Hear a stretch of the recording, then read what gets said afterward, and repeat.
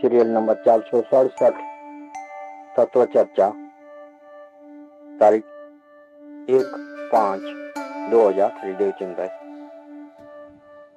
नमो अर्यंताणम नमो सिद्धाणम नमो आयर्याणम नमो उवज्जायाणम नमो लोये सवसावणम नमो समय साराय स्वानुभूत्या चकास्ते चित्त स्वभावाय भावाय सर्वभावांतरचिले मंगलम भगवान वीरो मंगलम गौतमो गणि मंगलम कुंद कुंदार्यो जैन धर्मोस्तु मंगलम सर्व मंगल मांगल्यम सर्व कल्याण कारकम प्रधानम सर्वधर्माणम जैनम जयतु शासनम ओंकार बिंदु संयुक्तम नित्यम ध्यायन्ति योगिनो कामदम मोक्षदम चैव ओंकाराय नमो नमः। आगे नहीं बढ़ना, बाबू खोल देना, अगला नंबर में बाबू नहीं रखना, आगे नहीं बढ़ना है, नहीं वो तो बढ़ना ही।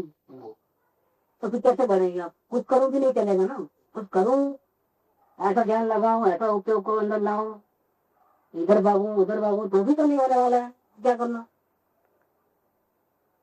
तो ये जो समस्या का उलझन है, तो भावना और पुरुषार्थ का संघर्ष। भावना कहती है कि नहीं गुरुवार मत करो, आगे बढ़ो आगे बढ़ो आगे बढ़ो, और पुरुषार्थ कहता है कि कुछ करने की जरूरत नहीं, सिर्फ जानना देखना। दोनों का बैलेंसिंग पावर है, वो हमारा ऐसा नहीं होता है। तो वो बैलेंसिंग पावर करने में सदगुरुओं का गाइडेंस चाहिए। जब भी हम भावना में आगे बढ़ गए हैं, तो भावना ओवर हो गई है कि नहीं हो गई? भावना ओवर होकर के अगर पुरुषार्थ को रोकती है और हमको हमारी सफलता नहीं मिलती, हमारा प्रयोजन नहीं करता, सच्चा नहीं है, तो फौरन जाकर के गाइडेंस दे देना। अगर अपने को नहीं मालूम पड़ता है कि हमारी भावना ओवर हो गई है जरूरत से ज्यादा, तो समझ में क्या आता है? भावना जाए ना फैक्टर आज बैठे थे तो पूरी शांति तो अशांति हुई, जब समझ में आया कि भावना का फैक्टर करने वाली बात वो आगे बढ़ गई है, तो वापस करे उल्टा करके अपने को वापस ज्यादा करता है, शांति हो जाना। तो वो करते हैं तो वो भावना का फैक्टर टूट जाता है। टूट गया, लेकिन उस टाइम में तो अपना प्रयोजन सकता है कि नहीं सकता? भावना थी परमात्मा बनने की, शांति पाने की। तो जब पुरुषार्थ जानने देखने करते हैं तो हमको शांति मिलती है कि नहीं मिलती है? अगर शांति मिलती है तो उस टाइम में भावना आगे बढ़ो नहीं रहे तो कोई बात नहीं। और टूट जाएगी। मतलब बेटे लोग अपने आपको जो देखिए कंटिन्यू देते मुंह रहा अपने आप को देखते हुए ही पूरा का पूरा समय से बिताते हैं। वो चीज जो है अंदर खटकती अपने को भी जो है ये सब चीजें मुझे देखना है, जिसका मतलब अभी तो ये टच भी नहीं कर रहे हैं। जब भी टच करना है तो भाई हाथ लगाया तो मरोगे। वो चीज तो 100% वो ऐसी बैठ गई है कि जैसे बोलते ना कि छोटे बच्चे को किधर भी हाथ नहीं लगा तो वैसा। तो जब भी उसको भावना थोड़ी भी बढ़ती है तो हाथ लगाने जैसा हो जाता है, समझ में आता है, तुरंत वापस उसको फिल्टर करके इसमें आते हैं। लेकिन वो जो चीज है स्वयं जो अपने आप को देखते हुए ही सारा समय से निकालते हो, जिसके लिए जरूरत रहती है, वो तो पुरुषार्थ तो कोई अलौकिक पुरुषार्थ है। परमात्मा किधर हम किधर, वो जाना उधर है, पहुंचना उधर है, बनना ऐसा है। तो हम कहाँ और वो कहाँ? हम तो श्रावक के सामने भी हमारी गिनती नहीं रखते। खाने पीने का कोई व्यवहार नहीं है ठिकाने। श्रावक का तो होटल में खाना नहीं होवे, रात्रि भोजन न होवे, कन्मुना न होवे, जिसके घर में बनता है उसके घर में भी गिनना नहीं होवे। श्रावक का तो कितना बड़ा होता है काम, दवा के रूप में भी लेना नहीं होता है श्रावक को। एक श्रावक बुनियाद की बात आनंद हो, श्रावक का ये अगर सुनोगे तो चक्कर आ जाएंगे कि हमें तो किधर भी नहीं है। 5वां गुणस्थान जिसको बोलते हैं, फोर्थ में से फिफ्थ में जाना। वो जो श्रावक का अपन लेते नहीं, डायरेक्ट बुनियाद की बात लेते हैं बहुत की। लेकिन श्रावक का अगर लिए तो श्रावक धर्म प्रकाश करते हैं गुरुदेव के प्रवचन, प्रार्थना करें सावकाचार्य के ऊपर ही प्रवचन कुछ किए, ये अलग बुक पढ़ती है, हिंदी में भी कोई नहीं है। उसमें श्रावक कैसा होता है, अगर अपन वो सुने तो ध्यान दे जाना आप, तो वहाँ वो लेवल में भी नहीं है। क्यों नहीं है? क्या अंदर की स्थिरता ही नहीं, कमी है अंदर का, स्थिरता में कमी है। और हमने तो ये था कि हमको सब कुछ मालूम हो गया था कि बैठ गए चुपचाप। प्रमाद हो रहा है, करूँ हो रहा है, वो भी प्रमाद ही है, क्योंकि ये तो रास्ता है नहीं करूँ वाला। करूँ तो उल्टा रास्ता है, और कुछ भी भावना ही नहीं हो रही है, वो तो प्रमाद हो गया। अपने आप जो भी होगा हो जाएगा अपने आप। अपने आप जब ध्यान में बैठना होगा बैठ जाएंगे, जो भी करना है कर लेंगे, तो प्रमाद होगा। तो खुद ही होने वाला है जो होने वाला है, तो प्रमाद हो गया। और कुछ करना है, कुछ करना है, कुछ करना है, तो वो हो गया कर्तृत्व भाव, प्रसन्न हो गया। गाड़ी उल्टी चल रही हो तो कुछ करूँ तो गाड़ी उल्टी है, वो तो प्रमाद से भी खतरनाक हो गया कि गाड़ी उल्टी चली रही है। और फिर आगे तो पहुंचना ही है, आगे तो बढ़ना ही है, तो क्या कर रहा है? तो सबका लेखा जोखा बैलेंसिंग कैसे लाओगे? अभी वहां पर गाइडेंस की बहुत जरूरत पड़ती है। कब कैसे परिणाम, कब कैसे हालत में कैसे कैसे हो जाते हैं, हर वक्त हर प्रसंग में हमको कैसा उड़े आने वाले हैं कर्मों का मालूम है, कब कैसा होने वाला है, ऐसा तो गाइडेंस की जरूरत पड़ेगी ही पड़ेगी। जीवन में देखो कब कब गाइडेंस की जरूरत पड़ती है। जैसा आपको उस टाइम में पटवा रहे तो प्रॉब्लम था, उस टाइम में भी आपको बताया था कि क्या करना क्या नहीं करना। उसका आपने शुरुआत में अमलीकरण भले नहीं किया तो तकलीफ भी पाई, बाद में अमलीकरण किया तो कितना शांति हो गया देखो आप।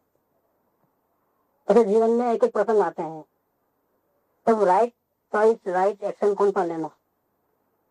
कभी कभी राइट एक्शन में थोड़ा नुकसान भी उठाना पड़ता है, क्या आर्थिक रूप से, जो भी आर्थिक रूप से या दूसरा भी प्रकार से, लेकिन ये थोड़ा सा नुकसान सहन करके भी बहुत बड़ी आफत और परिणामों का बिगाड़ा जो होता है उससे बच जाते हैं। कितना बड़ा वो टेंशन हल हो जाता है। नहीं तो इधर से तो मिलने वाला ही नहीं है, वो तो पुण्य का उड़े है तो नहीं मिलेगा, और जबरदस्ती करने जाओगे तो मिलेगा भी नहीं यहाँ भी, और परिणाम भी खराब होकर के क्या हो जाएगा, भविष्य का बहुत बड़ा नुकसान हो जाएगा, डबल नुकसान हो जाएगा। कम से कम पूर्व के उदय के कारण हमको वर्तमान का नुकसान होता है किसी कारण से, तो एक नुकसान तो हमको सहन करना ही पड़ता है। फिर इसके निमित्त से भविष्य का नुकसान क्यों करे, ऐसा क्यों करे, ऐसा व्यवहार अब क्यों करे, वो तो उठाना ही पड़ेगा नुकसान। जैसा दिखा के लाए इतना ही मिलेगा, ज्यादा नहीं मिलेगा, नुकसान तो उठाना ही पड़ेगा। लेकिन इसके निमित्त से अवॉइड करके और परिणाम खराब करके भविष्य में दुखी क्यों होना। तो कब कैसा कर्मों का उदय आता है, तब हम हमारी शिक्षा होती है, जो भी सीखे हैं उसका हम सही एप्लीकेशन करते हैं नहीं करते हैं, वितराग अवस्था में रहते हैं नहीं रहते हैं, कोशिश रहती है नहीं रहती है, टेंशन आता है नहीं आता है, वो सब देखते देखते हर एक का इलाज करना पड़ता है। हर वक्त गाइडेंस की जरूरत पड़ती है, अकेले तो नहीं पड़ती। मैथमेटिक्स में हमेशा 100 में से 100 आने वाले, मेरा ही एग्जाम्पल ले, एक पेपर में ओवर कॉन्फिडेंस से गया तो 55 से ज्यादा मार्क नहीं आया मेरे। क्या मालूम उस टाइम पेपर में लिखते लिखते ऐसा चक्कर आते कि पता नहीं, तो समझ में नहीं आ रहा था जैसा पूरा हमेशा 100 में से 100 आने वाला 55 से ज्यादा नहीं आया। तब वो अपने विचार होता है क्या होगा, कैसे होगा, इतना ओवर कॉन्फिडेंस भी नहीं चाहिए, बैलेंस में चाहिए जो भी चाहिए, ऐसा होता है। शायद इतना ऊंचा आदमी भी कहीं गलती कर लेता है, थोड़ी देर तो भुगतना पड़ता है। इसीलिए इस मार्ग में जब तक हम मंजिल तक नहीं पहुंचते हैं तब तक बहुत सावधान नहीं रहना चाहिए, और जो सावधान लेना चाहता है उसको तो गाइडेंस की जरूरत पड़ती है, क्योंकि उसको नहीं मालूम कैसे परिणाम जाएंगे हमारे, उसको तो छोड़ना ही नहीं चाहिए, आगे बढ़ना है तो वो बात नहीं चला।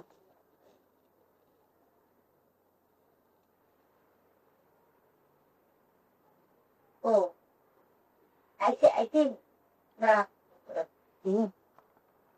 आत्मज्ञान होने के बाद श्रद्धा तो सम्यक हो गई है, श्रद्धा की परिणति तो 100% काम कर रही है। ठीक है, जैसे कि समझ लो कि छोटी सी उदय लग गई फ्यूचर में, अभी थोड़े एरिया में ही है लेकिन वो अपना काम कर रही है, कर रही है धीरे धीरे। ऐसा ऐसा श्रद्धा का परिणाम उनकी सम्यक हुआ है, तो धीरे धीरे धीरे धीरे धीरे रागादि भावों को, कसायों को वो खा जाएगी, लेकिन उसमें बहुत टाइम लंबा लगेगा। तो ऐसा नहीं है कि प्रोग्रेस बिल्कुल नहीं होता है, तो श्रद्धा बहुत बड़ा काम करती है, तो श्रद्धा के कारण वो काम उसका चलते ही रहता है थोड़ा थोड़ा थोड़ा थोड़ा, और साथ में पूरा पुण्य का उदय रहता है, पुण्य का उदय रहता है तो आगे बढ़ने का, जो आगे बढ़ने के लिए जो प्रतिकूलता आवे और सामना करने का वक्त आवे तब क्या होता है, वो टेस्टिंग नहीं होता है उसका। कहीं जीव मुमुक्ष अवस्था में सब प्रकार की सुविधा रहने से भावना है, प्रयास भी है, लेकिन समय नहीं उठता है। क्यों नहीं उठता है कि उनको जो चाहे वो मिल जाता है, हाजिर है। उसको ऐसे प्रसंग कहाँ बनते हैं तो वो प्रसंग आवे, कोई गाली दे और उसको क्या होता है उस टाइम में, अंदर में क्या पड़ा है, अंदर का कसा है, बाहर निकलेगा कैसे? कोई गाली देगा तो निकलेगा ना, गाली नहीं देगा तो कैसे निकलेगा? कोई चोरी करेगा तो ही पता चलेगा ना, कोई बीमार पड़ेगा तो ही पता चलेगा ना कि हम कैसे रह सकते हैं। पूर्व का पुण्य के उदय से वो सब ठीक ठाक चलता है तो वो शांति से बैठा है, चलता है गाड़ी, समाज में जीवन चालू चालू चालू चालू चालू का भी भाव नहीं आता, हाँ। नहीं आता, कभी नहीं आता। ऐसा खास तौर पे देवगति में ऐसा देवगति में ऐसा होता है, ऐसा भी होता ऐसा भी होता है। इसीलिए नरक में और स्वर्ग में सबसे ज्यादा जिन मंदिर है, गली गली में है, तो कम से कम देख करके भी वो इस बार में अंदर घुसता है। तो हर चौराहे पे है, तो मदुरै में गया था तो हर चौराहे पे वो मीनाक्षी मंदिर रहता है, कॉपी हर जगह। ऐसा पूना में हर जगह पे गली गली में गणपति, गली गली में, क्योंकि उनका वहाँ का जो रिवाज है उसमें गणपति नहीं है, यहाँ पर मीनाक्षी देवी नहीं है। हर गली गली में हर चौराहे चौराहे पे मिलेगा आपको, थोड़ा सा मंदिर तो मिलेगा ही लोगों। आजकल तो साईं बाबा का हर फुटपाथ पे होने लगे हैं हर जगह, थोड़ा सा तो नहीं वो आती है तो एक मोबाइल आती है, यहाँ वो घूमते रहते हैं साईं बाबा।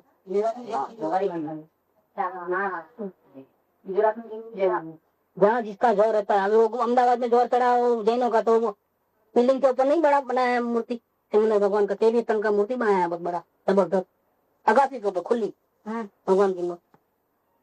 तो क्या एक सौ भी घुसने लगा अंदर में, जिसका जहाँ जोर देता। ऐसे वहाँ स्वर्ग में नरक में हर जगह जी मंदिर है, जो किसी ने बनाया नहीं, कुदरती बने हुए हैं, तो हर जगह पे है, ताकि वहाँ लोगों उनको थोड़ा सा बेनजर पड़ते ही थोड़ा अंदर जाने का मन हो तो शायद अपना स्वरूप याद आवे, बाकी याद ही नहीं आवे स्वरूप, समाज में ही जीवन जावे पूरा। जैसे अकेले रहते हैं तो जैसे काम बैठ गए तो काम नहीं, तो सबसे जो अपने सड़क की मैदान रास्ता लेते हुए कभी कभी सुख भाव आ जाए, तो सुख भाव से इतना डर लगता है ना कि वो सुख भाव जो है कहीं स्वर्ग में भेज दिया गलती से भी तो पूरा समय जो है तो नहीं कभी अपना पूरा का पूरा जो है सर तो अटक जाएगा, काम भी कुछ नहीं होगा, उलटा इकट्ठा होगा। वो तो बात सही है, वो बात सही है, लेकिन वो ऐसा है कि डर लगना भी चाहिए और ओवर डर भी नहीं लगना चाहिए। ओवर डर मतलब क्या, फिर हमको पोशाक को रोक देगा, तो फिर आप कुछ करने में कुछ करूं कुछ रोकूं, ऐसा रोकने का कुछ भी परिणाम को आगे पीछे करने का भाव डर रहे, उसके कारण अलर्टनेस रहे और अपना ज्ञाता दृष्टा भाव या निर्विकल्पता का प्रयास चालू रहे, वो बात बराबर है, वहां तक डर ठीक है। हाँ, लेकिन ज्यादा डर हो जाएगा तो भय हो जाएगा तो कुछ मैं करूं ऐसा नहीं होना है, ऐसा नहीं होना है, ऐसी अपेक्षा रह जाती है। उसकी वजह से मैं वो तो छोड़ के इमीडिएटली घर पे जाके भक्ति का गीत लगा रहा हूँ, कैसे लगा के बैठता हूँ तभी शांति उनको। तो ये बहुत बड़ा प्रॉब्लम आता है, भय के कारण हमारा पुरुषार्थ को रोकता है, भय इतना भी नहीं होना चाहिए। इस बात तो समय निकल जाएगा। हाँ, ठीक है, निकल जाएगा तो जितना हमारा निकलना लिखा होगा उतना निकलेगा। हमारा काम क्या है, हमेशा वर्तमान को ही देखना, 108 लेके आना, भविष्य की प्लानिंग मत करो, वर्तमान संभालो, वर्तमान संभालो तो भविष्य अच्छा ही होगा। वर्तमान में इतना जबरदस्त पुरुषार्थ करोगे तो वही सुनते कैसेट में सुनते हैं ना कभी कभी, क्या बोले, शुभाव का डर, स्वर्ग में चले जाएंगे तो म्हणून ना आपण काय का इनको कितना वात्सल्य प्रेम है, वात्सल्य भाव है, ये बीमार है और इनको वात्सल्य कैसा वात्सल्य जगा दे। हम तो किधर है, इनके बराबर नहीं है, ये तो आएगा ना, तो आएगा, भूमि का अनुसार तो आएगा ही ना, भूमि का अनुसार वो आएगा बिना भी नहीं रहेगा, लेकिन डरना भी चाहिए क्योंकि ये वास्तव में मोक्ष मार्ग नहीं है। वो वैज्ञानिक की धारा चलती तो उसको इससे मुक्ति होने वाले नहीं है, फंसना ही होने वाला है, वो बात भी हकीकत है। डर भी लगता है, नहीं भी जाना है वहाँ रुकना नहीं, हमको तो परमात्मा ही बनना है, अपने दूरी वास्तविक परमात्मा ही बनना है, इसलिए स्वभाव नहीं हो रहे ऐसा हमारा ख्याल है, अच्छा ही। लेकिन इसके बावजूद डर ऐसा तो नहीं होना चाहिए कि फिर वो करपतो भाव से प्लानिंग चले, हाँ वहाँ फिर विकल्प शुरू हो जाएंगे, कब क्या करूँ कैसे करूँ, स्वभाव नहीं होगा इसके लिए क्या करूँ, करने का कुछ है नहीं, स्वभाव नहीं होगा कब नहीं होगा, तो आप स्वरूप को देखोगे तो नहीं होगा, तो भविष्य का प्लानिंग करने के बाद जाओ तो स्वभाव को देखना चालू कर दो, द्रव्य दृष्टि करो तो अपने आप मामला सोल्व हो जाता है। प्रॉब्लम कहाँ है, और कहीं भी जाओ तो क्या होगा यार, स्वर्ग में भी क्या अपना भगवान आत्मा कोई बाहर थोड़ा चले जाएगा, स्वर्ग में जाएंगे तो क्या हमारा भगवान तो हमारे पास ही है ना, तो हम नहीं देखे वाला बात है, बाकी हम अलर्ट रहे तो तो हम वहाँ भी देख सकते हैं, कोई रोकता नहीं। जैसे यहाँ प्रतिकूलता कोई रोकती नहीं है, वहाँ पर वहाँ स्वर्ग में अनुकूलता कोई रोकने वाली, संयोग थोड़े रोकते हैं, हम ही रोकते हैं। हम प्रतिकूलता में अनुकूलता में फंसते हैं। वहां पर जो अभी सौधर्म इंद्र होता है उसकी तो बात कई बार अपन लेते हैं। तो पहले स्वर्ग में है सौधर्म इंद्र, 25 लाख विमान, एक एक विमान में असंख्य देव, एक एक की करोड़ों अप्सराएं, इतना वैभव है, सबका मालिक है वो। स्वर्ग का पता भी उसके मर्जी से चलता है, समझ, इतने लोग इसके अंदर में है। लेकिन उसका इतना जबरदस्त वैराग्य है जिसकी कोई हिसाब किताब नहीं है। वैसे थाट माट में भी वो इतना वैरागी रहता है, इतना वैरागी रहता है कि इसकी जो मेन जो रानी होती है इंद्राणी, जो सची इंद्राणी जो है, वो तो मिथ्या दृष्टि होती है, उसको तो बाहर से ही सुख लेने का है, अंदर में आत्मा में सुख है उसको पता नहीं है क्या। लेकिन उसका इंद्र का वैराग्य करके वो धर्म का प्रश्न करने लग जाती है, उसको भी इसका असर आता है देखो। और उसके निमित्त से वो धर्म का विधि सीख करके ऐसे वातावरण में जहाँ अनुकूलता ही अनुकूलता है, उनका दृष्टि तो पागल ही हो जाए वहां का अनुकूलता में फंस गया। क्योंकि जिसको बाहर का सुख चाहिए उसको सब मिल जाए तो फिर क्या हो जाए, पागल इंद्र हो जाए तो क्या हो। लेकिन इसकी उदासीनता ने वैराग्य इतना है इंद्र का, तो मूर्छित नहीं होती, उल्टा उसको ये असर करता है कि इतना मिलने पर ये भोगता क्यों नहीं है, मैं हूं तो पूरा भोग लूं, ये तो भोगता ही नहीं है। तो इसका असर जो गिरता है वो बहुत जबरदस्त गिरता है। क्या कारण है पूछते हैं एक दूसरे, वार्तालाप करते करते उसको मालूम पड़ता है कि सबसे ज्यादा सुख तो आत्मा में है, उसको पाने की ये विधि है। तो वो भी वो भक्ति पूर्वक वो आराधना करती है, तो वो भी आत्मा का ज्ञान करती है, उसका आयुष्य छोटा होता है तो वहां से निकल जाती है, मनुष्य भजन में लेकर के मुनि बन करके साधना करके, अभी इंद्र वहीं पड़ा है स्वर्ग में, ये परमात्मा बन जाती है। बोलो वो देव भी क्या करें, ऐसे एक दो नहीं कितने इंद्राणी, क्योंकि इंद्र का आयुष्य लंबा है, हम तो 100 का, और इन सबका 10 इंद्राणी तो कम से कम एक के बाद एक मेन जो रहती है वो। तो सबके सब नियम है, सबके सब इसका वैराग्य देख करके, इसका सानिध्य पा करके, इस धर्म की बात सुन करके, मिथ्या दृष्टि पना स्वर्ग में छोड़ करके वहां आत्मज्ञान करके, उससे पहले जा करके सीधा लय पहुंच जाते हैं। जिसके निमित्त से गए वो तो अभी स्वर्ग में ही है, इतना वैरागी होने पर वो आगे निकल जाते हैं। तो दृष्टांत क्या बताते हैं कि पुरुषार्थ तो कहीं भी हो सकता है, अगर हमारे में तैयारी है तो, हमारे में जागृति है तो। लेकिन हमारे में इतनी कैपेसिटी अब नहीं है, जागृति निरंतर नहीं रहती है, व्याख्यान का प्रयास निरंतर नहीं रहता है। हाँ तो हर जगह है, तो जो प्रमाद बहुत होता है, तो चलते गए और दिखा तो चलो अब जाए, ऐसा करके वहां देखते ही प्रमाद टूट भी जाए। ताकि सुविधा बहुत मिलती है तो प्रमाद होता है, झटका लगेगा तो प्रॉब्लम हो जाएगा, तब ये मालूम पड़ेगा कि अब क्या करें कैसे करें, तब आत्मा आ जाता है, बाकी याद नहीं आता है। लंबा लंबा समय निकल जाता है, स्वर्ग के लंबे लंबे आयु से ऐसे ही निकल जाते हैं। चौथे में जब आदमी को तन में नहीं आता, क्या करोगे। ये आत्मा तो याद आता, आत्मा याद दुनिया का ऐसी बात नहीं है। वो तो प्रजा की परिणति है, वो तो चल ही रही है, वो तो उदय का ऐसा काम कर ही रही है। वो ऑटोमेटिक याद आवे और हमारा प्रयास होकर के वो याद बार बार बढ़े, उसकी मात्रा बढ़े, उसकी अंदर की स्थिरता बढ़े, तो बात तो उसकी चल रही है। बात ऐसी चल रही है कि सदगुरु की क्या जरूरत है। नहीं, जब ज्यादा रास्ता रहता है तो तब जैसे बाकी के जो परिणाम चल रहे हैं ना, तो इससे देखना होता है। लेकिन किसी के लिए जब मिलते हो यदि जागृति में वापस आ जाते हैं, कभी तो उतना ही मालूम रहता है क्या देखा क्या नहीं देखा, तो वो चल रहा है। लेकिन उसके अंदर अपना प्रोत्साहन जो है सिर्फ देखना जानना उतना है, उसके आगे का पुस्तक है। आगे का पुरुषार्थ अपना जो मूल द्रव्य है ज्ञान का उपयोग वहां टिके, वो मेन पुरुषार्थ। और ये जो पुरुषार्थ जो जानना देखना, कहीं उलझना नहीं, संभाव में रहना, वो उसकी तैयारी के लिए है। क्योंकि अगर बाहर ही उलझ जाएगा, समझो बाहर ही उलझ जाएगा तो अंदर जाएगा कैसे। तो अंदर जाने के लिए सबसे पहले जरूरत क्या है कि बाहर उलझना नहीं। क्या जैसे दृष्टांत के रूप में ले गए अपनी बात, आपका प्लेन छूटने वाला है, समझ रिपोर्टिंग टाइम है, आप घर से बराबर टाइम पे निकलो, लेकिन वहाँ नीचे उतरते ही आपको खास ट्रेन मिल रहा है, क्या करोगे, उलझोगे। खास रिलेटिव आ गए, बेवाई जी आ गए, लो ना, क्या करोगे, नहीं आप मेरा प्लेन छूट रहा है। अगर उलझ गए तो क्या होगा, तो नुकसान हो फिर। ऐसे उलझना कि नहीं उलझना वो बात कीजिए। उलझना नहीं। तो नहीं उलझना है तो क्या करना है? क्यों नहीं उलझना है? कि अगर उलझोगे तो अंदर में नहीं जा सकोगे, आपका प्लेन निकल जाएगा। अंदर की साधना, असल साधना अंदर की है, वो करना नहीं करना है हमारे को।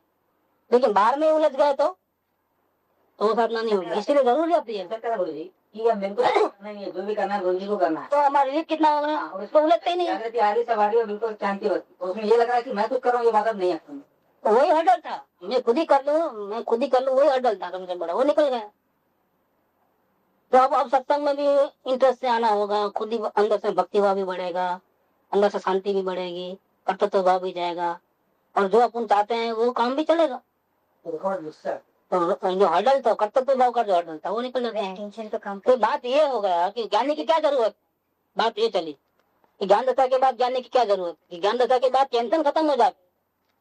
टेंशन लग करके इतना बड़ा काम नहीं हो सकता है। परमात्मा बनना कोई खेल थोड़ा है। परमात्मा बनना वो बहुत बड़ी बात है, ये मामूली बात नहीं है।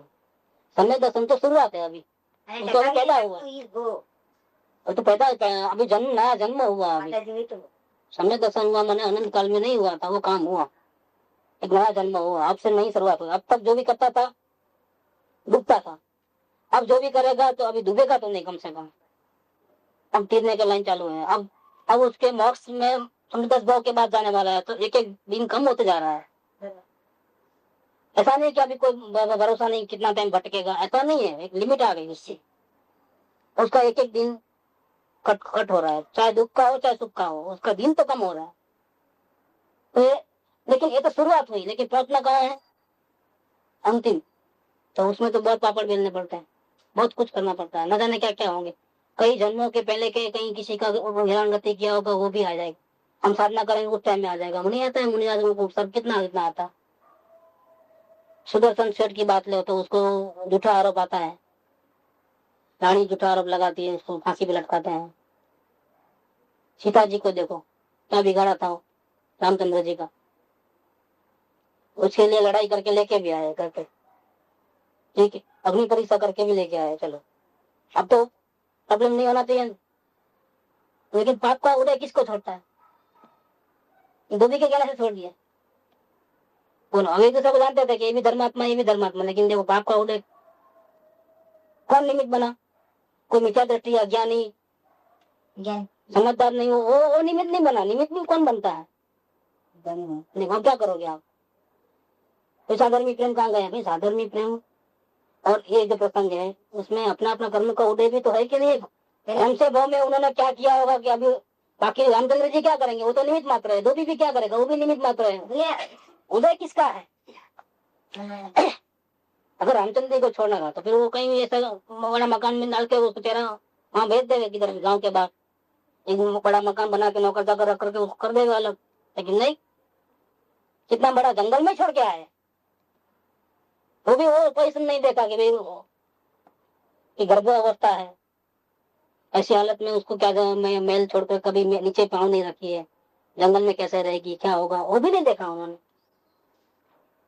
अब क्या करोगे बताइए। धर्मात्माओं को भी न जाने कई जन्मों पहले कर किए उनके कर्म का उदय कैसे कैसे कब कब कौन सी घड़ी आएगा क्या पता है। तो समय दर्शन तो हो चुका, लेकिन अभी परमात्मा बनने तक का जो रास्ता है उसका क्या। ये महावीर स्वामी का जीव की दृष्टांत लेवे, कभी अपन लेने का है महावीर स्वामी का, तो एक बाय एक, वन बाय वन, पहले क्या थे बाद में क्या थे। तक समय दर्शन पाल लिया, पहले तो रुसोदेव भगवान के टाइम में थे, तब तो भगवान का विरोध किया और भटके बहुत, निगम में भी जाके आए, एक इंद्रिय बन गए वापिस, मन नहीं मिला, 5 इंद्रिय में से सिर्फ एक मिल गए, आलू प्याज में उधर उधर, बहुत दुख उठाने के बाद भी कभी निकले वहां से, तो वापिस मेहनत करके बहुत मुसीबत से समय दर्शन पाया, तो मुनिराज बने। मुनिराज बनने के बाद फिर गलती की, देखो समय दर्शन होगा मतलब अभी कुछ नहीं, ऐसा नहीं, गलती की तो मुनि दशा में सभी गिरे, वो गिर के मिथ्या दृष्टि बने वापस। तो तपस्या की थी इसलिए एक बहुत वर्ग में गए, बाद में उसके पल में मनुष्य में आए। जो गलती का निदान किया था वो गलती के निदान से सामने वाले दुश्मन को मार डाले, वो मारने का पाप किया, नरक में गए, छठी नरक में। वहां से बाहर निकले शेर बने, वहां से बस फिर उनको सबको खा के पी के हिंसा करके वापस गए छठी नरक में। ये तो वापिस शेर बने, वापिस पांचवी नरक में, वापिस शेर बने, वापिस चौथी नरक में। देखो ये समय दर्शन पाने के बाद भी जो यात्रा चली है परमात्मा बनने तक, ये क्या है? जीव सत्संग करता है। ये कहना ये क्या होता है हाथ मतलब अभी तो गुरु का आधार देने के बाद जब उदय आता हमारा तो उस टाइम ऐसा होता ये मन ही एक सोल्यूशन बताता। अभी तो कल मेरा था हुआ तो उसमें वो सोल्यूशन क्या बता था, इसमें क्या है क्षमा मांग लेना तू। वो मन जो सोल्यूशन बताता उसके पीछे हम रह जाते, लेकिन हम ये नहीं जान पाते कि इससे सोल्यूशन कुछ अलग होगा। क्यों नहीं हम सदगुरु से जाके पूछ लें, वो ये मन ही हमको रोक लेता। तो मन को भी गाइड करने वाला तो आखिर वही है ना। मन अपने आप थोड़ा चलता है, मन के पीछे सारा सपोर्ट करने वाला तो अपन ही है। यहाँ पे हमारा मान रह जाए क्यों जाके ये बात बहुत बड़ी। माना दिख शत्रु महा संदेह मन बता रहा था आने के बाद जो वही स्वच्छंद का कारण है। अपनी बुद्धि जो कहती है ऐसा अगर करोगे और आप आने के बाद कितनी देर में? कितनी देर तक 2 महीने लगा फिर वापस में विचारी जाओ फिर आओ। 3.5 घंटे और बात करने का बाद एक फोन पे बता देना 2 मिनट के लिए पूरा मजा आता। तो आपने शांति का फोन करा था, वो 2 मिनट के बाद मैं खुद शांत हो गया, उसके बाद निकल तक नहीं। ये हमारे को हर छोटी परेशानी है। अपने साथ भी मैं ये जो क्वेश्चन पूछने का है, एक क्वेश्चन पूछना है, लेकिन मैं ये बात के लिए वेट करूँ कि वापस वो बात आएगी सदगुरु का आधार, वो बात आएगा ये रिलेटिंग में क्वेश्चन निकालूं। गुरु की बात कर रहे थे तो अभी बीच में पहला क्वेश्चन निकालूं, टॉपिक चेंज हो जाएगा। इसके पीछे में इतने विकल्प चलते रहे, इतने विकल्प चलते रहे, अभी पूरा तो अपन ही अपने कारण से फंसते हैं। स्वर्ग हो या नरक हो काम तो होगा। हाँ, मुक्ति का मार्ग नहीं है, वहाँ फंसना भी अच्छा नहीं है। इससे बेटर ये है कि अपन अपने स्वरूप में रहे, सबसे बेटर वो है। फिर भी अगर नहीं रह सकते हैं तो शुभ भाव आ जाते हैं तो भले आवे, खेद भी होगा कि गलत कर रहा, लेकिन इतना नहीं डरना कि चलो हमारा पुरुषार्थ खत्म हो जाएगा, डर में ही जिंदगी चले तो फिर वो आकुलता हो जाएगी, निदान हो जाएगा। निदान से बचना, निदान को या अपेक्षाएं क्या भविष्य की आशाएं, उससे बच जाना। ये पुरुषार्थ को खत्म कर दी तो पुरुषार्थ खत्म करती है। तो थोड़े दिन के बाद वो भी फिर ठीक नहीं लगेगा। भक्ति जो अभी अच्छा लग रहा है अभी वो भी नहीं लगेगा। और जब तक निदान रहेगा कि ऐसा हो तो अच्छा, ऐसा हो तो अच्छा, हो गया। वो अपेक्षा ही सबसे बड़ा दुश्मन है कि वो अपेक्षा रहेगी तो कुछ करना है, वो करना है तो खत्म। ये वितरागता रही नहीं, करना है तो वितरागता नहीं रही। कुछ भी नहीं करना है, करना नहीं करना दोनों से हट जाना है। जैसा उदय आवे वैसा रहना है। आगे से कोई डिसीजन नहीं कि क्या करूंगा तो कैसे जाऊंगा, क्या नहीं होगा, कुछ नहीं। इसलिए कोई टाइम की पाबंदी नहीं मांगे, कोई किसी प्रकार की तो टेंशन होता है, लेकिन नहीं बोला नहीं, हम उसका भी छोड़ो, जब होने वाला तब होगा। नेचुरल कोर्स में जीने वाले जो है उसको आप बांधो, ये तरफ है, ये तरफ है, ये तरफ है, तरफ नहीं चलती, क्योंकि भविष्य हमारे हाथ में नहीं, एक पल हमारे हाथ में नहीं। हम कैसा किसको बांधे, क्या करें हम? वो भी एक प्रैक्टिस की जरूरत रहती है ना। प्रैक्टिस के बिना तो वो भी रूटीन नहीं होता है। असल में जो टाइम मेंटेन कर पाए वो धन्यवाद के पात्र है, पुण्यशाली जीव। टाइम को भी कब्जा कर ली। जो हमारे गुरुदेव के बारे में बोलते हैं, वहाँ के सोनगढ़ गांव के जो खेड़ूत भी, तो मिट्टी के बर्तन बनाने वाले जो रहते हैं वो भी बोलता था, महाराज साहब वो महाराज साहब 8 का डंका बजे तो चालू प्रवचन, 9 डंका बजे इतना 1 सेकंड का भी फर्क नहीं। खाने का टाइम ठीक, मंदिर जाने का ठीक, वॉकिंग का ठीक। आप घड़ियाल नहीं पहना, लेकिन महाराज साहब को देखो के जा रहे हैं मंदिर में तो बराबर 8:30 बजे होंगे या 7 बजे होंगे ना। उनके जीवन से आप नक्की कर सकते हो कि अभी इतने बजे होंगे। आपको घड़ियाल को देखने की जरूरत है। इतना टाइम का तो धन्य पुण्यशाली जो महापुण्यशाली जो। बाकी तो इन पुण्य वाले को तो कब क्या धोखा आएगा, कब क्या टक्कर लगेगी, कब क्या होगा, ये कोई अपने हाथ की बात है। प्रसंग टाइमिंग को अपने हाथ की बात। ठीक है, कोशिश करें आप ट्राई करें, लेकिन वो पुण्य के बिना तो संभव। बोझा उठा करके मेंटेन करना है तो गया काम। वो अपना घटना नहीं लेते हैं, वो अपना कम खजूरा को 108 पे रहते हैं। उसके बाद बराबर चल रहा था बेचारा, उसको पूछ लिया कि मेरे 2 पाँव में फिर मैं बराबर नहीं चलता हूँ, कौन सा पैर पहले रखते हो, कौन से बाद में रखते हो जरा। तो हमको चक्कर आते हैं, हमारे अंदर तो हम तो गिर जाएंगे। तो मिलने भी कभी दे देगा। अभी आज देखता हूँ मैं कैसा देखने गया कि गया क्या। तो सहज चले हो चले, बस सहज में सहज जो चाल रहती है उसमें जीव को शांति भी मिलती है। सहज चाल नहीं है तो शांति नहीं है। अब जानने की क्या जरूरत है कि हम पूरा बोझा उन पे डाल देते हैं तो हम हो गए फ्री। फिर हमको एक ही काम रहेगा कि जैसा वो बोले ऐसा करना हो। जैसा नौकर काम करता है, बीच में नहीं आता पेमेंट के बारे में बातचीत की, उसको कलेक्शन सुनाने का है, वो खुद जाता है, वो नहीं देता है तो क्या होता है। कितने विकल्प आते हैं। और नौकर को भेजता है और सामने पैसा नहीं मिलता है, क्या होता है, नौकर को परिणाम खराब होता है कुछ। बस ये फर्क पड़ता है बहुत बड़ा। न सेठ को पैसे मिले न नौकर को पैसे मिले, लेकिन सेठ गया तो परिणाम खराब हुआ उसके, नौकर गया तो क्या हुआ, उसको डबल नुकसान हुआ। एक तो पैसे नहीं मिले, तकरार हुई मूल्य वाली, उसे रिलेशन को भी प्रॉब्लम हुआ, इसके बावजूद अपने परिणाम खराब हुआ। हमको मंजिल तक पहुंचना है, कहीं हम हमारी कुछ गलती कर बैठे और कहीं प्रमाद से अज्ञानता के वश या कसायों की तीव्रता के वश कहीं ऐसा ना हो कि मार्ग से हम हट जाए, लिंक हमारी टूट जाए। क्योंकि भूतकाल में भी कई महात्मा जैसे महावीर स्वामी जैसे जीव वो भी भटके हैं। खुदा स्वयं भटके हैं कि नहीं भटके हैं, वो तो बोलते हैं 11वें गुण समझने की राह, खुद ही लिखते हैं।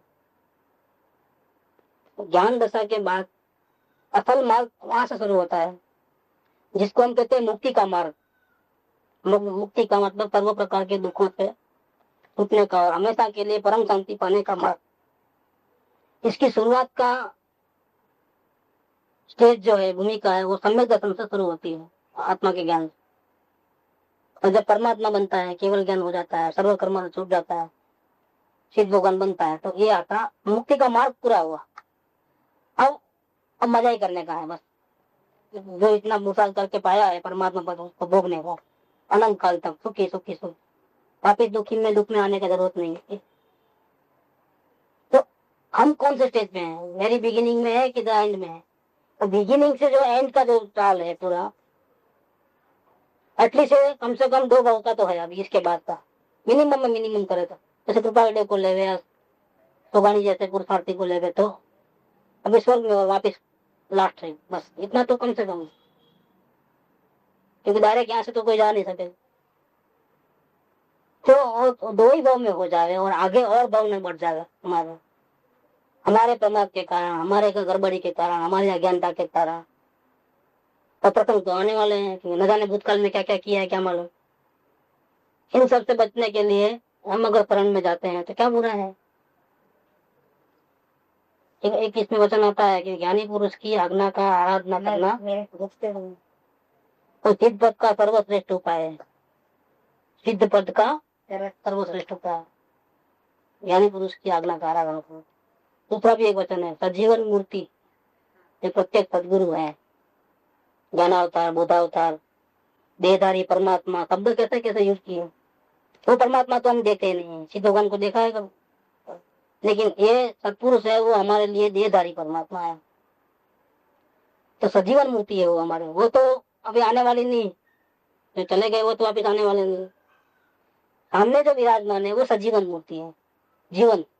ऐसे भगवान जो जिनेन्द्र भगवान की मूर्तियां मंदिर में, उनके चित्रपट वगैरह रहते हैं ज्ञानी पुरुष का, बहुत उत्कृष्ट अच्छे से अच्छा पोज हो, जिसको देखते ही ध्यान लग जाए, ऐसा भी हो सकता।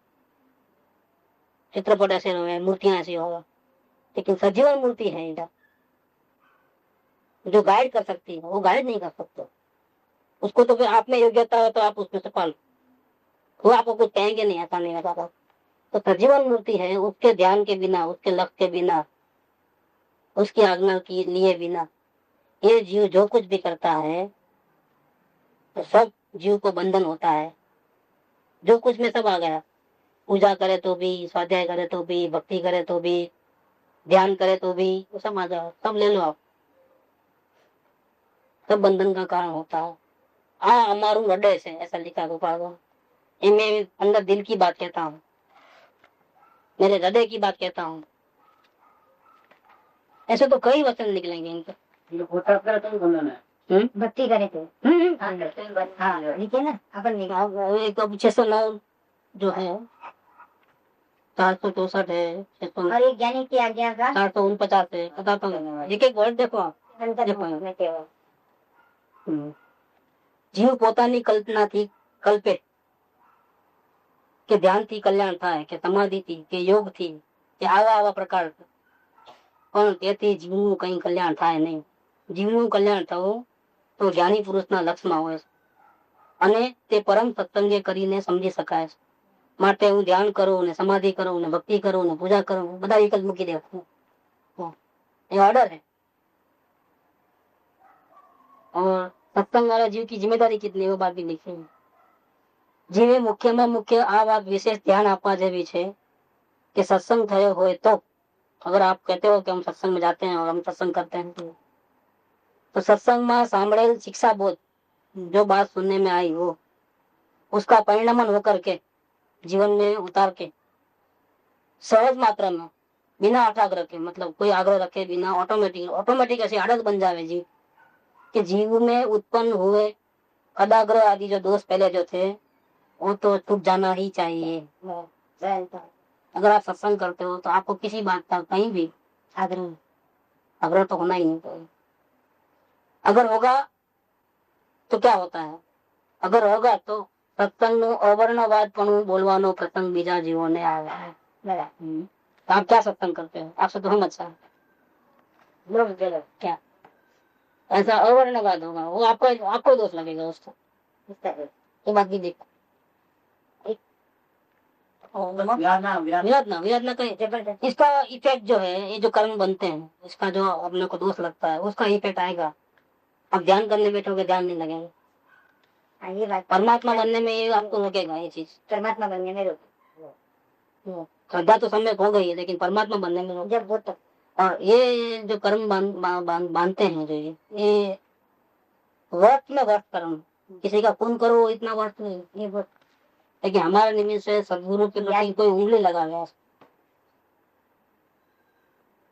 या ये वितराग मार्ग के बारे में भी कोई उल्टा हमारे निमित्त से कोई उल्टा सोचा, इससे बढ़िया ऊंचे से ऊंचा पाप दूसरा कोई नहीं. ये समझ के चल रहा, अभी तो नहीं मालूम पड़ता है. ऐसा है अंदर में कोई छोटी मोटी बीमारी है लेकिन तंदुरुस्त शरीर है तो क्या है, कुछ मालूम नहीं पड़ता. लेकिन वो जब डेवलप होती है और यहाँ हमारा तंदुरुस्ती भी थोड़ी कम होती है, कमजोरी आती है, एज हो जाती है, फिर मालूम पड़ता है कि क्या 10-20 साल की उम्र में तो हम उठ बैठक करना है तो कर सकते हैं, लेकिन 40 साल 50 साल के बाद आप उठ बैठ करो तो देखता तो नहीं, पॉसिबल नहीं है. उसका अभी उतना वीकनेस है बॉडी के अंदर, वो बाद में मालूम पड़ेगा. इसका जो फल है ना जब आएगा उड़े में, क्योंकि अभी तो कर्म बांधना है, जाने में अनजाने में ऐसा भी कर तो उदय अभी का भी नहीं आता. ये हम अभी विपंगन योग की बुक लाया ना, उसमें कौन सा कर्म बांधते हैं अभी ट्रेनिंग. हाँ बहुत जबरदस्त. बांधने के बाद जो कर्म बांधे उसका जब का जब भी उदय नहीं आता. जैसे बहुत मिथ्यात्व किया जबरदस्त, भयंकर में भयंकर. जैसे श्रेणी का जाकर दृष्टांत में तो मुनिराज के ऊपर उन्होंने उत्सर्ग किया, मरा हुआ सांप उठा करके गले में डाल दिया. क्या उस टाइम में उनको जबरदस्त घनौनी कर्म का बंद पड़ रहा है, नरक गति का आयुष्य बंधा, जबरदस्त कर्म बंधा. तो समझो अभी 10,000 साल का आयुष्य बांधा है उसकी स्थिति को, तो 10% जो है मतलब 1000 ईयर्स उसके बाद ही उसका चालू होता है. जब तक तो बंद के रह जाता है साइड में, उसका उदय नहीं आता है. उदय बाद में आता 10% के बाद, बाकी के 90% में उसका उदय आएगा, अभी नहीं आएगा. ऐसा उसका रहता है. हर एक कर्म का बताया है, मौनी कर्म का कैसा होता है, उसका कैसा होता है, अलग अलग कर्मों का अलग अलग बताया. ये तो एक समय में बांधा हुआ. कभी कभी क्या होता है, 5 साल पहले किसी से 50,000 की लोन लिया, चल रहा है. 2 साल के बाद फिर और 50,000 कहीं से लिया, फिर 1 साल के बाद और कहीं से लिया. तो सबको टाइम दिया हुआ था. उस प्रकार से जब पेमेंट का टाइम आया तो हो सकता है कि सब साथ में आ जाएगा. ऐसा ही बनता है कि नहीं, क्योंकि वो भी आपका टाइम तो इतना ही था, आपने इतने लिमिट कर लिया. उसका वो टाइमिंग भले ही लेने के टाइम में अलग अलग टाइमिंग हो गैप लेकर के, लेकिन चुकाने का टाइम हो सकता है कि साथ में आ जाए। ऐसे हमने न जाने कितने साल से कर्म बांधते आ रहे हैं, और हो सकता है कि सब कर्म एक साथ हमारे पे टूट पड़े, ऐसा ही बने। तब क्या करोगे, तब कौन बचाएगा? मामूली बुखार हुआ तो हम संभाल लेते हैं, लेकिन बुरा ही आ गया तो हम क्या संभालोगे? डॉक्टर लोग भी क्या करेंगे, इनका पैसा धन दौलत भी क्या करेंगे, आपका इज्जत आबरू भी क्या करेगा? क्योंकि एक तो पूरा चारों ओर से आ गया ना झमेला, भाग के कहाँ जाओगे? फिर आप बात करते हैं जैसे भाग जाएंगे, नहीं वो चालू रहता है। अच्छा, चालू होने के बाद भी क्या होता है वो बताया उसने। तो समझो अभी कई साल पहले हमने कर्म बांधा था और शरीर में रोग आया, अभी स्टार्ट हुआ है, इतने दिन तक नहीं आया क्योंकि वो तो कुछ समय के बाद ही आएगा, जब तक वो अंदर रहता है। फिर वो आता है, जब तक अभी उदय में नहीं आता है, कुछ समय के बाद ही उसका उदय चालू होता है। उदय चालू होने के बाद भी क्या होता है उसका भी बहुत बड़ा काम बताया, पूरा मैप से बताया, एकदम साइंटिफिकली बताया। तो समझो 400 डिग्री का हमने बांधा कर्म, तो इतना टाइम तो अंदर से पेंडिंग में रहा, सेफ डिपॉजिट लॉक कर। फिर उसका स्टार्टिंग हुआ तो क्या करता है कि एक तो उसका 400 डिग्री, और फिर कितना समय तक उसका उड़े रहेगा चालू, नहीं कहता है साया साथी बनती है तो इतने 2.5 साल निकल गए, अभी 5 साल बाकी है, ऐसा कुछ नहीं बोलते हैं शनि के बाद। तो स्टार्ट है लेकिन एंड तो आपको यहाँ होगा, ऐसा ऐसा नहीं बोल, ज्योतिष लोग बोलते हैं ऐसा ही है कि अभी स्टार्ट हुआ समझो, तो स्टार्ट होते ही 400 डिग्री में से 200 डिग्री साथ में आ जाता है, तो एकदम जोर से स्टार्ट होता है। तो बाद में धीरे धीरे बाकी के 200 रहते हैं, वो धीरे धीरे धीरे धीरे धीरे धीरे धीरे धीरे करके, ऐसा अभी आयुष्य कर्म में अपना जो वर्तमान का वो भूतकाल में बांधा था, जब हम कहीं भी और जगह जिंदा था बांधा था। बांधने के बाद भी हम जब कभी मर नहीं गए, वहां पर थोड़ा टाइम वहाँ उस एरिया में जिंदा रहे, उस करेंगे तो वहां डेथ आया, डेथ होते ही यहाँ का चालू हो गया, ठीक है ना। अब यहाँ का चालू हो गया तो क्या होगा कि समझो हम 70 साल की आयु से है, समझ स्टार्ट हुआ तो 70 साल की आयु से तो पूरा जो इसका निषेक जो रहते हैं, जो बंधन के निषेक रहते हैं, उसमें से 50% तो जैसे जो है निकल जाता है, लेकिन बाकी का जो 50% उसका जो इफेक्ट जो है 70 ईयर्स तक रहेगा। कम होते जाते हैं, कम होते जाते हैं, अंदर में जो बांध के रखा है ना पिंड, वो कम होते होते होते होते होते होते तब लास्ट जो है वो भी निकल जाएगा, निषेक जिसको बोलते हैं, तब याद याद हो जाएगा। उसी मोमेंट में खाता पीता हलता फिरता टीवी देखे, चाहे कुछ भी करे, वो कहाँ भी हो, जंगल में हो चाहे मंदिर में हो चाहे महल में हो, जहाँ उसका लास्ट पॉइंट गया ऑन द स्पॉट डेथ हो जाएगा। ऐसा उसने गणित बताया है। जिसको मैथमेटिक्स में इंटरेस्ट हो तो कर्म कैसे बनते हैं, कैसा कैसा उसका इफेक्ट आता है, क्या करना चाहिए, सब कब कॉपी आ जाए ऐसा हो जाएगा, उसका बहुत बड़ा प्रॉब्लम हो जाता है खड़ा। ये मैथमेटिक्स है पूरा। तो इन सब से बचाने का जो है तो प्रभाव बिल्कुल नहीं करना है। हमारे पास ज्ञान पूरा नहीं है तो हमको ज्ञान की जरूरत है, लेकिन कहाँ हमारे पास इतना टाइम है कि ज्ञान ले। शरीर है तो बीमार तो होने ही वाले हैं, बीमारी कभी भी आ सकती है, तो क्या हम सब लोग डॉक्टर बन जाएंगे क्या? तो क्या करें आप कि हमारे पास एक सुविधा है कि जो डॉक्टर हमारा फैमिली डॉक्टर है वह उसके साथ कॉन्टेक्ट रख लेगा, कुछ भी हुआ फौरन जाके आने का, अपने को कहाँ टाइम है। सेम ये जो है सिचुएशन यहाँ बनती है, तो जब भी कोई परिणाम खराब हो गए फौरन हम लोग कॉन्टेक्ट कर जाएंगे, क्या करना ऐसे प्रसंग बनना है, क्या करना आपका, आपकी क्या राय है? बहुत बच जाओगे, इतना बच जाओगे कि कुछ नहीं। इस जीवन में क्या चेंज आता है देखो, बहुत बड़ा चेंज आता है। इसीलिए तो जहाँ भी समझो वो भूतकाल में भी जैन धर्म का जहाँ भी ज्ञानी पुरुष हुए, जहाँ जहाँ भी हुए, वहाँ जैसा सोनगढ़ की बात लो ना, अपना गुरुदेव थे जब आए तब अकेले थे, 2 फैमिली थे, वहाँ सोनगढ़ में पाँव रखा था। धीरे धीरे धीरे धीरे बढ़ते गए, मंदिर बनते गए, आज कितने करोड़ों अब्जों रुपए के मंदिर है यहाँ पर, सिर्फ सोनगढ़ में ही नहीं पूरे सौराष्ट्र में मंदिर है, गाँव गाँव में, मुंबई जैसे में है, पूरी पूरे हिंदुस्तान की यात्रा, यहाँ तक कि नैरोबी में भी मंदिर होगा, देश के बाहर भी। जो यहाँ से शिक्षा लेके गए धर्म की, गांव गांव में फैल गई है। आज कम से कम 600-700 पंडित हैं जो गुरुदेव ने जो बताया है, शास्त्रों का अभ्यास करना, क्या करना, क्या अर्थ निकालना। हर प्रदूषण में साल में 3 बार 700 पंडित गांव गांव जाकर के विद्या फैला रहे हैं। अच्छा, जहाँ गुरुदेव थे वहाँ सब जंगल था, आज वहाँ मुमुक्षुओं के कम से कम 200-300 घर सोसाइटियां बन गई है। क्यों सब लोग सब अपना कारोबार छोड़कर भी कई लोग तो आकर के वहां बस गए हमेशा के लिए। क्यों ऐसा क्यों होता है कि इनको उनकी वैल्यू रहती है।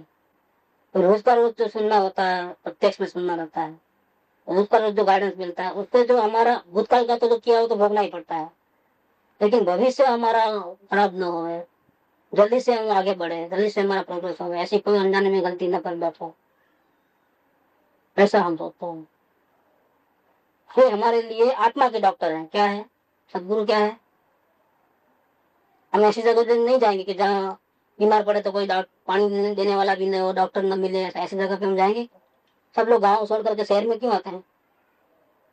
गाँव में तो उल्टा खुली हवा मिलती है, प्रदूषण नहीं रहता है, यहाँ इतना बोझा नहीं रहता, इतना टेंशन नहीं रहता है। लेकिन गाँव छोड़ करके शहर में क्यों आना होता है? गाँव में वो सुविधा नहीं मिलती है, हॉस्पिटल की, दवाइयों की, वाहन व्यवहार की सुविधाएं, वो काम मिलती है। सबको कंफर्ट चाहिए, जहाँ कंफर्ट ज्यादा मिलता है बाहर की, वहाँ ज्यादा बचना होता है। भले कैसे भी छोटी छोटी जगह में बड़े प्रदूषण वाला हो, तो भी रहना किधर है? यहीं रहना है, यहीं मरना है। क्यों? कुछ भी हुआ तो फौरन इलाज, तो पैसा फेंकते कुछ ना कुछ इलाज तो हो जाएगा, वहां पैसा देने पर भी सुविधा नहीं है। वैसे मुमुक्षु जीव कहाँ रहेगा? वो यही सोचेगा कि जैसा बने ऐसा हम नजीक रहेगा, न जाने कब क्या जरूरत पड़ा। तो इसमें क्या होगा, फायदा क्या होता है कि जब का जब परिणाम नहीं बिगड़े, आत्मा के परिणाम न बिगड़े, संयोग बड़े बिगड़े या सुधरे भी पुण्य के कारण या बिगड़े भी पाप के कारण, लेकिन आज से हमारा आत्मा में इसका कोई भी इफेक्ट नहीं आना चाहिए। ये भी हमको तो अभी आता है इफेक्ट, कोई गाली देता तो आता है, खाने में नमक ज्यादा हो तो आता है, खाना अच्छा नहीं बनता तो आ जाता है, कहीं बाहर जाने का इच्छा हो नहीं जा सके तो परिणाम खराब होता है, नहीं होता है। उन्हें आते रहते हैं एक के बाद एक। अभी हमारी सर्व इच्छा पूरी नहीं, खत्म नहीं हुई, इच्छाएं भी है, कभी बनता है कभी नहीं बनता है, इच्छा के अनुकूल परिणाम खराब होते हैं। ये हर वक्त के परिणाम को कंट्रोल करने के लिए अगर हम अपने आप करने जाएंगे तो पॉसिबल नहीं है। अब ऊपर एक है टीचर है डाइट देने वाला, और जो हमको पूछता रहे और उसको जवाब देना पड़े हमारे को, तो क्या होगा? चौरास्ते के ऊपर सिग्नल के ऊपर पुलिसमैन नहीं होगा तो क्या होगा? 9 घंटे में घुसना होगा कि नहीं होगा? कोई नहीं देखता है दूसरों, लेकिन अगर है तो इसका फर्क पड़ता है ना। बस वैसा ही समझ लो। क्या शरण में जाना मतलब जरूरी नहीं है कि रोज का रोज ही प्रश्न पूछे या रोज का रोज बता दो, लेकिन शरण में एक दफे आने के बाद तो वो ऐसा गलत काम कर ही नहीं पाएगा, उसका आत्मा ही मना करेगी। जवाब क्या देंगे वहां जाकर? गलत काम करे और फिर बाद में बतावे और फिर सॉल्यूशन दे रहे, इसकी नौबत ही नहीं आती है। ये कितना बड़ा काम होगा। जिस बुरे भाव से हम पीछा छुड़ाना चाहते तो भी छूट नहीं सकते थे, और आज से सरेंडर कर दिया अपने आप भावों से, क्या अभी उनको जवाब देना पड़ेगा तो क्या हो जाएगा? तो पुलिसमैन खड़ा कर दिया हमने हमारी सुरक्षा के लिए। किसके सुरक्षा के लिए? हमारे आत्मा के परिणाम न बिगड़े इसके लिए हमने सामने से जा करके अपॉइंट कर दिया। अब क्या हुआ? न वहां से कुछ आता है न यहाँ से कुछ जाता है, ऐसा कुछ नहीं होता है, लेकिन इसका इफेक्ट इतना गिरता है शरण भाव का, क्या परिणाम बिगड़े फिर बाद में उनका अवलोकन करे, उसको बतावे, फिर वो सॉल्यूशन बतावे, उसका इलाज करे, फिर सुधारा हो, उसकी नौबत ही नहीं आती है। क्यों नहीं आती है? कि इनके हाजिरी मात्र से हम 9 घंटे में क्रॉस नहीं करता है। पकड़ने के बाद क्या है, पुलिस को काम करने की जरूरत ही नहीं पड़ती, और खड़ा है इतना ही बस। विकल्प की क्वालिटी बदल जाती है, कितनी बदलती है कि रिलीफ कितना मिलता है कि संभाल लेंगे हमको, वो संभाल लेंगे हमको, तो अपना वो बोले वो करने का, बाकी छोड़ो मारो बोले। रिलीफ कितना है? एक बोझा लेके पहाड़ चढ़ो और एक रिलीफ में चढ़ो तो कितना बड़ा फर्क पड़ जाएगा। कहाँ जाने का है, वहां कहाँ रहने का है कि नहीं है कि नहीं, आपको क्या करना है? तो गुजरात कभी गए नहीं, समझो यात्रा पे, किधर पालीटाना नहीं गए, किधर नहीं गए, बांधनी नहीं गए, पहली बार जा रहे हैं, और आपको तो रास्ता मालूम नहीं है, लेकिन नहीं है उनको तो मालूम है ना, हम उनके पीछे हैं, जहाँ जाएंगे जाएंगे, हो गया ना।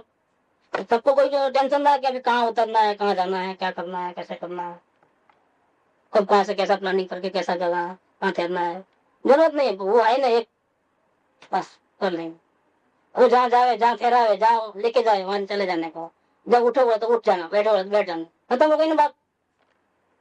तो वो एक हम यात्रा पे निकले और सब जात का टेंशन, टिकट निकालने से लेकर के और कहाँ उतरना, कहाँ ठहरना, कैसे रहना, कहाँ खाना मिलेगा, कहाँ नहीं मिलेगा, कहाँ जाना, और वापिस आए तक का टेंशन पूरा। और एक हम गए यहाँ से, जहाँ बोले यहाँ बैठ गए और चले गए, तो माइंड कितना फ्रेश हो जाता है। तो सेम इधर होता है कार्य। अपने को जल्दी से आगे बढ़ना है तो दूसरा तो कोई उपाय नहीं। सभी ज्ञानी पुरुषों ने ऐसा ही किया है। तो जिन्होंने नहीं किया है, अपने आप करने गए, निदान में फंस गए हैं। और महावीर स्वामी के जो हाल हुए थे भूतकाल में, तो मुंडसा से घिरे और फिर इतने नरक में जाना पड़ा और इतना प्रॉब्लम हुआ, ज्ञान दशा होने के बाद भी इतनी तकलीफ उठानी पड़ी, वो हाल हमारे नहीं होना चाहिए। इसके लिए और कोई उपाय नहीं। इसलिए जो इन्होंने लिखा है बिल्कुल करेक्ट लिखा है। सिद्ध का उपाय है ज्ञानी पुरुष की आज्ञा मानना। हो यहाँ पर भी देखो, हर पन्ने में 460 में भी केंद्र प्रथम साक्षात उपाय ज्ञानी पुरुष ने आज्ञा ने विचार भी जनाया था। तो एक आज्ञा में रहने से मोक्ष न मिले तो क्या होगा? मेरे से ले जाना। एक सत्पुरुष को खोज, उसकी आज्ञा, उसके चरण कमल में सर्वभाव अर्पण करके वर्तन करो जैसा वो बोलेगा। फिर अगर तुझे मोक्ष न मिले तो मेरे पास चले जाओ, तो गारंटी फिर तो मोक्ष मिलने का ही है, छुटकारा मिलने का ही है। देने वाले थोड़ी, लेकिन नहीं, वो तो जो करता है उससे ही होता है, काम तो पूरा उसको ही करने का है। सिर्फ भाव का जो चेंज आता है जबरदस्त, वही चेंज आता है। सर्व प्रकारे ज्ञानी ना शरण में बुद्धि राखी, निर्भय पढ़ाने, बेफिक्र, अभय नहीं है, निखेत पढ़ाने, अब टेंशन भी नहीं है क्या होगा, परिणाम बिगड़ेगा उसमें खेत भी नहीं। सर्व प्रकारे ज्ञानी ना शरण में बुद्धि राखी, निर्भय पढ़ाने, निखेत पढ़ाने, भजवानी शिक्षा। सिर्फ तीर्थंकर जेवा है कही है, हमने मैं कहता हूँ ऐसा नहीं, लेकिन किसने कहा हो? तीर्थंकर ने। અને અમે પણ એ જ કહીએ છીએ, તીર્થંકર ને કહા, इसलिए हम भी वही बात कहते हैं।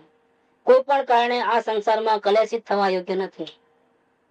अविचार मतलब अवलोकन में नहीं रहना, अजागृति में रहना, अविचार અને अज्ञान, मालूम नहीं है, सही विधि नहीं मालूम है। अविचार અને अज्ञान એ સર્વ ક્લેશનું મોહનું અને માઠી ગતિનું કારણ છે। हम अजागृति में रहते हैं या हम सही उपाय नहीं जानते, वही सारे दुख दर्द का, मोह माया का और नरक निर्गत जाने का जो कारण बनता है वो वही है। और सद्विचार और आत्मज्ञान वो आत्मगति का कारण है। लेकिन उसके लिए क्या करना? सद्विचार और आत्मज्ञान के लिए क्या करना? सद्विचार माने अवलोकन और आत्मज्ञान माने वेद ज्ञान। तो आत्मगति माने आत्म शांति, सिद्ध भगवान का कारण बनने में। तेनो प्रथम साक्षात उपाय, मतलब साक्षात का मतलब प्रैक्टिकल, थियरिकल नहीं। अभी आप अमलीकरण में ला लो। तेनो प्रथम साक्षात उपाय ज्ञानी पुरुष ने आज्ञा ने विचार भी चढ़ाया। कुदरती निकला 408 नंबर में, यहाँ पर भी कोशिश तो हर जगह निकला। आप कोई पन्ने लो, सब में ये निकलेगा बात, हर जगह ये बात अंदर में खींच लगी होगी अभी।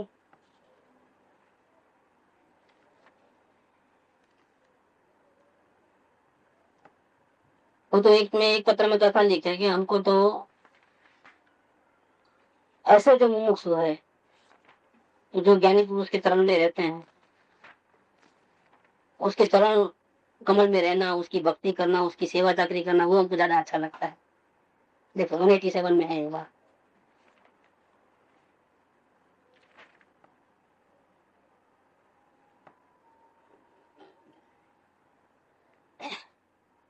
કણબી અને કોળી જેવી જાતિમાં પણ માર્ગને પામેલા થોડા વર્ષમાં ઘણા પુરુષો થઈ ગયા છે।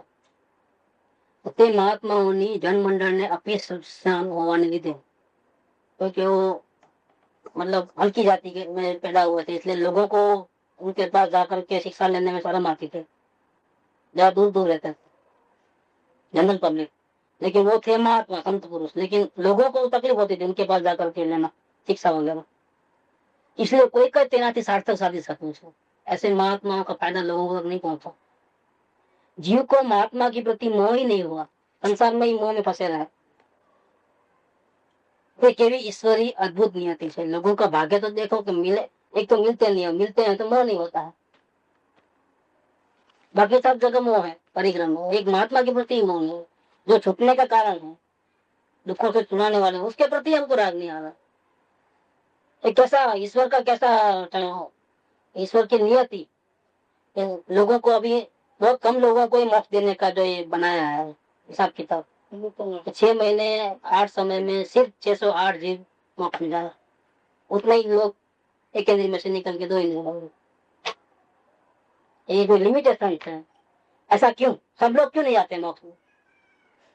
एवो सर्व कई छेवटना ज्ञान ने प्राप्त થયા નહોતા, मतलब परमात्मा नहीं प्राप्त हुए, लेकिन उनको मालूम, परंतु તે મળવું તેમને બહુ સમીપમાં હતું। એવા ઘણા પુરુષોના પદ વગેરે અહીં જોયા। मुंबई में लाइब्रेरी में कहीं गए होंगे तो सबके मुखम भी नहीं उनको।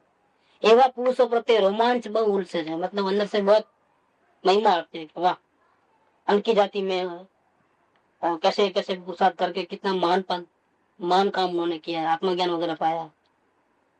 અને જાણે નિરંतर તેઓની चरण सेवा ज करिए, एक आकांक्षा है। अगर वो हाजिर रहते तो उनके निरंतर उनके साथ में रहना, उनकी चरण सेवा करना, उनको किसी प्रकार की तकलीफ न हो ऐसा देखना, वही मैं करते रहूं। ज्ञानी करता एवं मुमुक्षु पर अतिशय उल्लास आवे, तो ज्ञानी से भी ज्यादा ऐसे मुमुक्षु के प्रति ज्यादा हमको भक्ति आती है। क्यों आती है?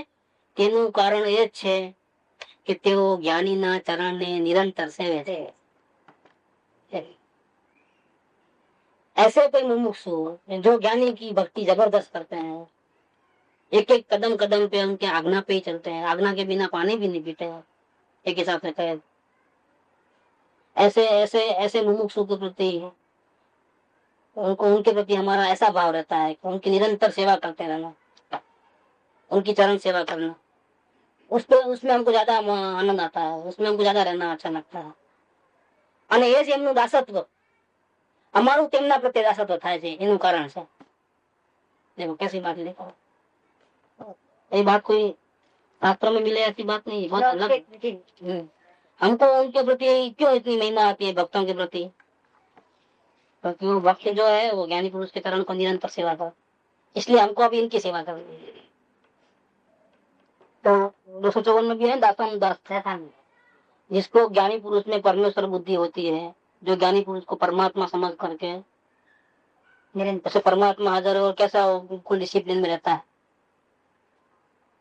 कैसा अपना जीवन कंट्रोलित हो जाता है, एकदम सिस्टमेटिक हो जाता है। जैसे मंदिर में जाते हैं तो हम देखते ही कैसा हम कोई फालतू फालतू झगड़ा पंचायत के विचार खत्म हो जाता है। ऐसे ज्ञानी पुरुष को भी साक्षात जैसे भगवान हो ऐसा मानकर जो जीव इस प्रकार से परमेश्वर बुद्धि में रहता है, तो इसको संसार की कोई भी बाधाएं जो है नुकसान नहीं करती है, आती ही नहीं है बाधा। एक तो ये बात होती है शरण भाव में रहने से। दूसरा काम क्या होता है, क्यों बाधाएं नहीं आती है?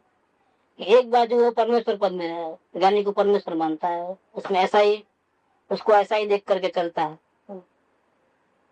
तो ज्ञानी उसको परमेश्वर लगता है, तो ये क्या हो गया, दास हो गया।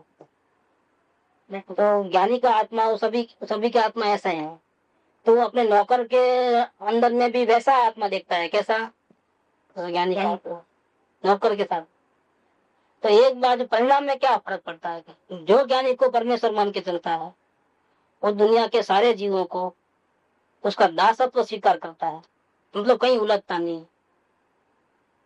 नौकर गलती करे तो भी नहीं उलझता है। देखो गलती नहीं करे और बात बात पे डांटना वो तो सवाल ही नहीं है, लेकिन वो गलती करे रंगे हाथ पे पकड़े तो भी उसको कुछ न बोले। क्योंकि उलझना क्यों है? क्योंकि हमको तो ज्ञानियों ने दूसरा काम दिया है ना, हम ज्ञानी के नौकर हैं। क्या उनकी आज्ञा लेके चले, अगर इनसे उलझ जाएंगे, हमारे नौकर से हम उलझ जाएंगे तो क्या होगा? तो उतनी उनकी आज्ञा में हम बेईमानी करें। आप देखना कैसा कोऑर्डिनेशन बना, फिर कहीं उलझता नहीं है, सब परमात्मा है। जाओ सबके हम दास के भी दास हैं। ऐसा जो ज्ञानी का शरण स्वीकार करता है वो हर जगह कहीं लफड़ेबाजी में नहीं जाएगा, कितना भी नहीं। हाँ भाई तू बड़ा, कोई भी प्रॉब्लम है, कोई सत्संग में जाने से रोकता है, सीधा फोन आ जाएगा, खुद इसे सुन नहीं लेगा भी हमारा ऐसा प्रसंग है, ऐसा हुआ है, क्या करना। देखो गाइडेंस मिलता है, अभी क्या होता है, एक भी झगड़ा पंचायत का बात ही नहीं बनता है कि वो लोग सामने से बोलेंगे अभी आप यहाँ नहीं रहो, आप जाओ सत्संग, ऐसा नहीं हुआ तो बोलना क्या क्या आता है, कुछ भी प्रॉब्लम आता है तो हम ही कर ले सब सॉल्व, और फिर जो प्रॉब्लम होता है क्रिएट, वो इतना बढ़ता है, बढ़ के कि कहीं यात्रा में जाना है तो भी तो जानने को नहीं ये मिलता। हमारी, हमको क्या लगता है हमारी गलती नहीं है, फिर भी हमको क्यों बोल। हमको बात थोड़े करते हैं, नाटक देखने थोड़े जाते हैं, यहाँ दलील ऐसी रहती है, सामने वाले को हम सच्चे हैं दलील करो तो जीत सकते हो, नहीं जीत सकते, इसको रिवर्स ट्रीटमेंट देना पड़ता है। वो चाहता है कि हम ज्यादा दुखी हो गए, एक तो सत्संग में जाने से हम उनको दुखी करते हैं, नहीं करते हैं, उनका साथ इतना रहता नहीं है, उनको कोई जरूरत पड़े तो वो टाइम में तो हम उसको कोई हेल्प नहीं करते हैं, तो उनको तो तकलीफ देते ही है, और उसका बदला कैसे, उसका वेर जो इकट्ठा हुआ वो कैसे निकले, सत्संग में नहीं जाना है, क्योंकि सत्संग में नहीं जाने देंगे तो हम दुखी होंगे, वो चाहते हैं कि हम दुखी हो, दुखी होने के लिए वो रोके, और वो जैसा बोले ऐसा हम सुन ले, तो उसका प्लान फेल हो गया। किसका? वो चाहता था कि हम दुखी हो, इसलिए सत्संग में नहीं जाना, ठीक है, नहीं गया, अच्छे रहे, बर्ताव में कोई फर्क नहीं आया, मन में भी कोई फर्क नहीं आया, ठीक है, आप जैसा बोले ऐसे, कोई दलीलबाजी नहीं, नाटक देखने थोड़ा जाते हैं, चोरी थोड़ा करते हैं, हमारा अपना का भी हमको अधिकार नहीं है, इतना गुलाम थोड़े हैं, सब बातें हैं। क्या होता है, एक तो आग लगी है उसमें,